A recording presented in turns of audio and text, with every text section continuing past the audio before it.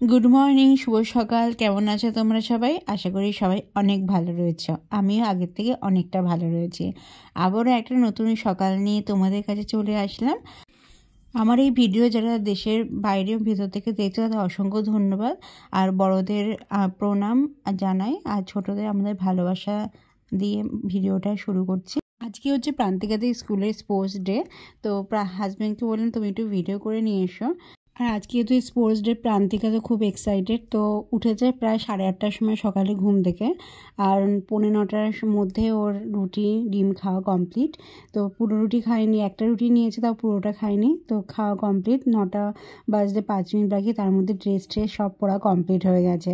তো এবার বাবা বলছে যে তুই 9:30 থেকে না 10টা থেকে বলেছিস, বোর্ডে লেখা ছিল না, ওকে 9:20 মধ্যে স্কুলে পৌঁছাতে হবে। এই নিয়ে কান্নাকাটি দুজনের মধ্যে শুরু হলো। তো বাবা গিয়ে বাবা মানে শ্বশুরমশাইকে দিয়ে আসলো, তারপরে কিছুক্ষণ থেকে বাবা আবার চলে আসলো, তারপর হাজব্যান্ড গেছিলো, এই করে দুজনে অল্টারনেটিভ করে গেছিলো। তো দেখো স্কুলের সবাই বাচ্চাদের নিয়ে একটা র্যালি শুরু হয়ে গেছে, মাঠ পরিক্রমা যেটাকে বলে, তো সেটা শুরু হয়ে গেছে। সব স্টুডেন্ট আর টিচাররা মিলে সবাই পরিক্রমাটা করছে, দেখতে খুবই ভালো লেগে, ছোটো ছোটো বাচ্চারা দেখতে খুবই সুন্দর লাগে। তো এবারে আমার আর যাওয়া হয়নি, যেহেতু পুচকু ছোটো আর যাওয়া হয়ে ওঠেনি, এর জন্য হাজব্যান্ড আর শ্বশুরমশাই গেছিলো। আর দেখো ছোটো ছোটো বাচ্চাদের দেখতেও কত ভালো লাগছে, ইউনিফর্ম পরা সবাই একসাথে। তো প্রান্তিকা বলছিল মা তুমি চলো, তুমি তো এখন একটু ভালো হয়ে গেছে। আমি গেলেও যে ছোটো পুচকুটা ছোটো না, ও কান্নাকাটি করবে, আমি তুই এবছর যা, পরের বছর তোর সাথে অবশ্যই যাব। তো তারপরে ঠিক আছে, তারপরে দাদুর সাথে গেল।